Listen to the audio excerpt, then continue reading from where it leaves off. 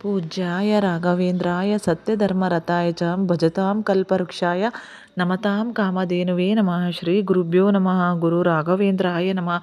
ಶ್ರೀ ಗುರು ರಾಘವೇಂದ್ರಾಯ ನಮಃ.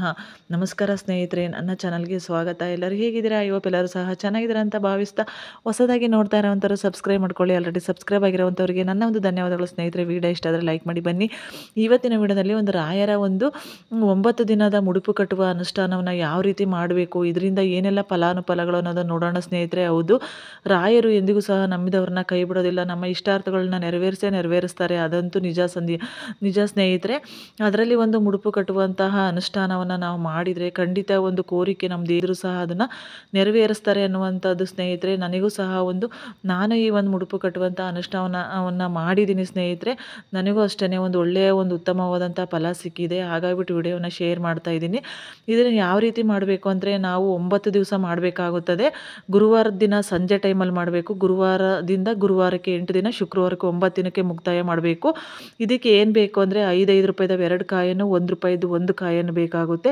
ನಾವು ಈ ಒಂದು ಅನುಷ್ಠಾನವನ್ನು ಮಾಡ್ತಾ ಇದ್ದೀವಿ ಅಂದಾಗಲೇ ನಾವು 9 ದಿನಕ್ಕೆ ಬೇಕಾಗಿರುವಂಥ ಕಾಯಿನ್ಗಳನ್ನು ಮತ್ತು ಹಳದಿ ಬಟ್ಟೆಯನ್ನು ತಗೋಬೇಕು. ಹಳದಿ ಬಟ್ಟೆಯ ಚಿಕ್ಕ ಚಿಕ್ಕ ಪೀಸ್ಗಳನ್ನಾಗಿ 9 ಪೀಸ್ಗಳನ್ನಾಗಿ ಮಾಡ್ಕೊಳ್ಳಿ.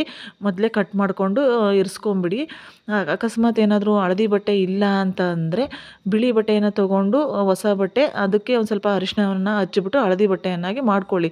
ಈ ರೀತಿ ಮಾಡಿ ರೆಡಿ ಮಾಡಿ ಇಟ್ಕೊಂಡು ಸಂಜೆ ಟೈಮ್, ಗುರುವಾರದ ಸಂಜೆ ಟೈಮಲ್ಲಿ ಗೋಧೂಳಿ ಸಮಯದಲ್ಲಿ ನಾವು ಈ ಒಂದು ರಾಯರಿಗೆ ಒಂದು ತುಪ್ಪದ ದೀಪ, ಅಥವಾ ತುಪ್ಪದ ದೀಪ ಆಗಲ್ಲ ಅಂದರೆ ತುಪ್ಪದ ದೀಪ ಹಚ್ಚಿದ್ರೆ ತುಂಬಾ ಒಳ್ಳೆಯದು.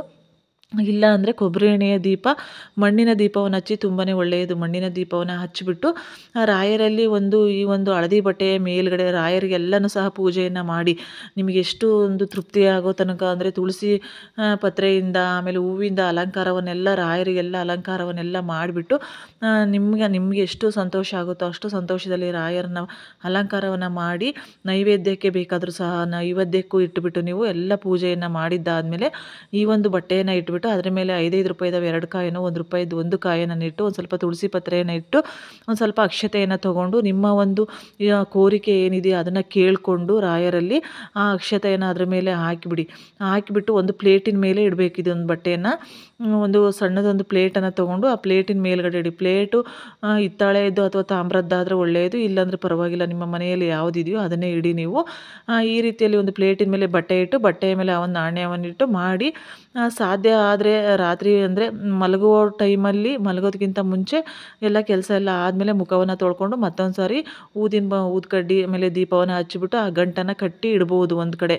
ಅಂದರೆ ಒಂದು ಬಟ್ಲನ್ನು ಅಲ್ಲೇ ಇಟ್ಬಿಟ್ಟು ಅಷ್ಟು 9 ದಿನದ್ದು ಅದರೊಳಗಡೆ ಇಡ್ತಾ ಬರಬೇಕು.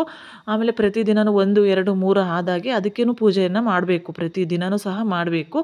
ಆಮೇಲೆ ಇಲ್ಲ ನಾವು ರಾತ್ರಿ ಮಲಗೋ ತನಕ ಆಗೋದಿಲ್ಲ ಅಂತಂದರೆ ಆ ಕ್ಷಣಕ್ಕೆ ನಾನು ಆ ಪೂಜೆಯನ್ನು ಮಾಡಿದ್ದಾದಮೇಲೆ ನಾನು ರಾಯರಲ್ಲೆಲ್ಲ ಕೇಳಿಕೊಂಡು ನೈವೇದ್ಯ, ಧೂಪ, ಆರತಿ ಎಲ್ಲ ಮಾಡಿದ್ದ ಆದಮೇಲೆ ರಾಯರಲ್ಲಿ ಆ ಒಂದು ಗಂಟನ್ನು ಕಟ್ಟಿ ಇಡ್ತಾ ಇದ್ದೆ. ಮುಡುಪನ್ನು ಕಟ್ಟಿರುವಂಥ ಗಂಟನ್ನು ಈ ರೀತಿ 9 ದಿನ ಆದಮೇಲೆ ಅದನ್ನು 9 ದಿನದ ನಂತರ ಅಂದರೆ ಶುಕ್ರವಾರಕ್ಕೆ 9 ದಿನ ಮುಗಿಯುತ್ತೆ. ಶನಿವಾರದ ದಿನ ಪೂಜೆ ಎಲ್ಲ ಆದಮೇಲೆ ಆ ಒಂದು ಬಟ್ಲಲ್ಲಿರುವಂಥ ಮುಡುಪಿನ ಗಂಟುಗಳಿಗೂ ಸಹ ಪೂಜೆಯನ್ನು ಮಾಡಿ, ಅದರೊಳಗಡೆ ಇರುವಂಥ ಅಷ್ಟು ಕಾಯನ್ನು ತೊಗೊಂಡು ಒಂದು ಕಡೆ ತೊಗೊಂಬಿಡಿ. ಅದನ್ನು ಒಂದು ಕರ್ಚಿಪಲ್ಲಿ ಹಾಕ್ಕೊಂಡು ನೀವು ದೇವಸ್ಥಾನ, ರಾಯರ ಒಂದು ಮಠ ಆಗಿದ್ದರೂ ಪರವಾಗಿಲ್ಲ, ಇಲ್ಲ ಅಂದರೆ ನಿಮ್ಮೂರಲ್ಲಿ ಯಾವುದಾದ್ರೂ ದೇವಸ್ಥಾನ ಇದ್ದರೂ ಪರವಾಗಿಲ್ಲ, ಅಲ್ಲಿ ಹೋಗ್ಬಿಟ್ಟು ಯಾರಾದರೂ ಸಹ ವಯಸ್ಸಾಗಿರೋ ಅಂಥವ್ರಿಗೆ ಅಥವಾ ಅಂಗವಿಕಲರು ಇರ್ತಾರೆ ನೋಡಿ, ಆ ಥರ ಇರುವಂಥ ಅವರಿಗೆ ಅಷ್ಟು ನಾಣ್ಯವನ್ನು ಒಬ್ಬರಿಗೆ ಕೊಟ್ಟುಬಿಡಿ ಸ್ನೇಹಿತರೆ. ಒಬ್ಬರಿಗೆ ಕೊಟ್ಬಿಡಿ. ಅವರೊಂದು ಆಶೀರ್ವಾದವನ್ನು ಮಾಡ್ತಾರೆ. ಅಷ್ಟೊಂದು ದುಡ್ಡನ್ನೆಲ್ಲ, ಹಣವನ್ನು ನೋಡಿಬಿಟ್ಟು ಅವರಿಗೆ ಖುಷಿಯಾಗಿಬಿಟ್ಟು ಆಶೀರ್ವಾದನ ಮಾಡ್ತಾರೆ. ನೀವು, ನಿಮ್ಮ ಮಕ್ಕಳು ಎಲ್ಲರೂ ಸಹ ಚೆನ್ನಾಗಿರಲಿ, ನಿಮ್ಮ ಮನೆಯಲ್ಲಿ ಎಲ್ಲರೂ ಚೆನ್ನಾಗಿರಲಿ, ದೇವರು ಒಳ್ಳೇದು ಮಾಡಲಿ ಅಂತ ಹೇಳ್ತಾರೆ ನೋಡಿ. ಆ ಒಂದು ಆಶೀರ್ವಾದದಿಂದನೇ ನಮ್ಮ ಒಂದು ಕೋರಿಕೆ ಏನೇ ಇದ್ದರೂ ಸಹ ನೆರವೇರುತ್ತೆ ಸ್ನೇಹಿತರೆ. ಹೌದು, ರಾಯರು ಖಂಡಿತವಾಗಿಯೂ ನೆರವೇರಿಸ್ತಾರೆ. ಒಂದು ಸುಲಭವಾದಂಥ ಅನುಷ್ಠಾನ ಮಾಡಿ ನೋಡಿ, ಒಳ್ಳೆಯ ಉತ್ತಮವಾದಂಥ ಫಲ ಸಿಗುತ್ತೆ. ರಾಯರನ್ನು ನಂಬಿ ಕೆಟ್ಟವರಿಲ್ಲ ಅಂತಾರೆ. ರಾಯರು ಎಂದಿಗೂ ಸಹ ಕೈ ಬಿಡುವುದಿಲ್ಲ.